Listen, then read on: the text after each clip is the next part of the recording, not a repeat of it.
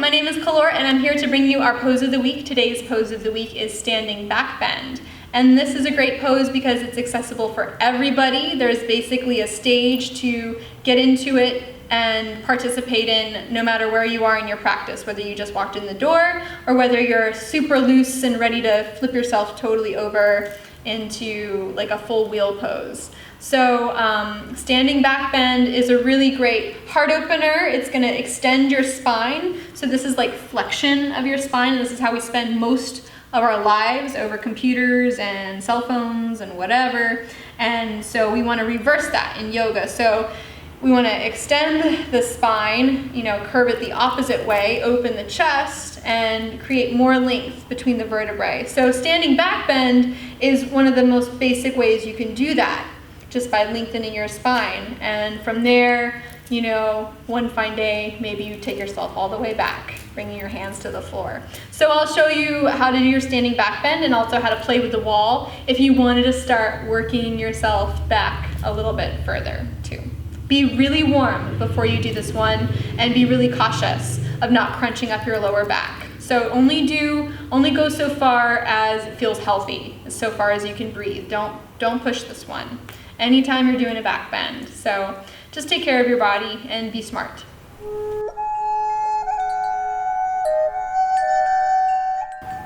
So we're here with our pose of the week today, which is standing back bend. This is one of those poses that everybody can do. You can start as a brand new beginner and do this pose, and then you can be super duper Gumby and flexible and do this pose in your own way. And I'll just kind of take you through it. So you would begin in mountain pose, but feet underneath your hips. I mean, you can have your feet together, but I would start feet hip distance apart, for sure. It's just gonna give your lower back more space. So stretching out the sacrum without compressing it. And lift and spread all 10 toes. It's really important in all back bends that you do to use your leg muscles. So don't let them be loose. Fire them up. If you need to reach down, check your quadriceps, make sure they're awake. And then hands to your hips, maybe your lower back. Inhale and lift your shoulders up. Exhale and roll them down. That's just to help lengthen your spine. So any back bend you do, long spine, always think long. From here, legs are awake, you're pushing down into the earth, lifting your chest as you inhale, and as you exhale, you might start to just press your hips forward. You can look up and just breathe here. This is a perfectly great standing back bend. Just stay and breathe. If you need more, you can start to take yourself back further, still using those legs, pressing down into my feet, and then I might reach back there and see where my legs are, and keep breathing, engaging the muscles, and just looking back.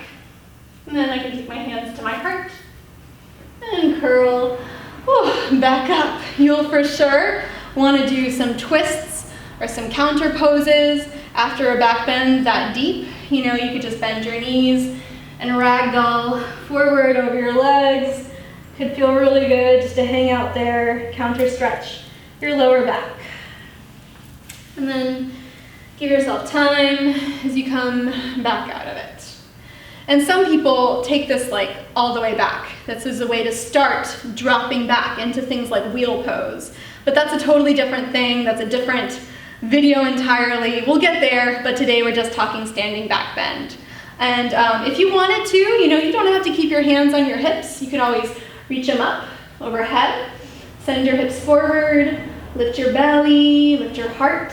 You could have your hands together. There's a lot of things that you can do. It's really what feels best for your lower back. Never sacrifice your lower back for a pose. So just be in a place where you can breathe, where you feel good. Okay, so as we've established, I love the wall. So, we haven't established that yet, have we? Probably not in the sequence. Probably not. Anyway. So for your standing back bend, if you're interested in starting to work your drop back or just take your back bend a little bit further and you don't feel comfortable doing that in the middle of the room, you can use a wall. Walls are wonderful. You just kind of get yourself set up with your back facing the wall because it's going to be there to catch you. And you set it up just like your normal standing back bend, feet underneath your hips, spread your toes, hug your muscles to the bone, turn them on, drop your tail, maybe hands to your lower back. and then lift your heart. Big inhale. And as you exhale, just start to take it back. And then I can look back. I can see the wall behind me, so I know that it's there. So maybe I just take one hand back and I just feel for it. And then I'm like, okay, there's a wall there. And you can just start to kind of walk yourself, down the wall. Just to your own degree. And then walk yourself back up, hands to the heart. Definitely twist or forward bend, soften your knees. Fold in, it feels so good. Just counter stretch your spine. Big deep breaths.